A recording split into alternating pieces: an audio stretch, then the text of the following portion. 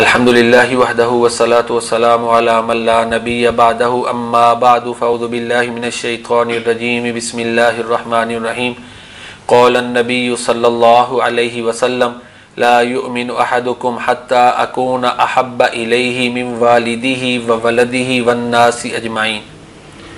پیارے نبی کریم صلی اللہ علیہ وآلہ وسلم کا فرمان ہے کہ تم میں سے کوئی شخص اس وقت تک ایماندار نہیں ہو سکتا جب تک میں اسے اس کی اولاد، والدین اور تمام لوگوں سے پیارا نہ ہو جاؤں۔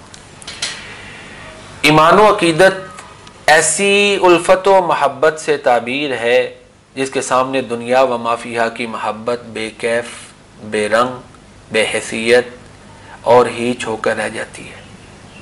یہی وجہ ہے کہ ہم مسلمان اس بات پر یقین رکھتے ہیں کہ ہم اس وقت تلک مسلمان نہیں ہیں جب تلک ہم اپنے تن، من، دھن، اولاد، والدین اور تمام لوگوں سے بڑھ کر پیارے نبی کریم صلی اللہ علیہ وآلہ وسلم کے ساتھ محبت نہیں کریں گے۔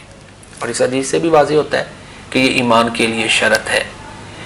کسی شاعر نے بڑی خوب بات کہی ہے، محمد صلی اللہ علیہ وسلم کی محبت دین حق کی شرط اول ہے، اس میں ہو اگر خامی تو ایمان نامکمل ہے۔ محمد ہے متاع عالم ایجاد سے پیارا، پدر مادر برادر جان مال اولاد سے پیارا۔ محمد کی غلامی ہے سند آزاد ہونے کی، خدا کے دامن توحید میں آباد ہونے کی۔ وما علینا الا البلاغ۔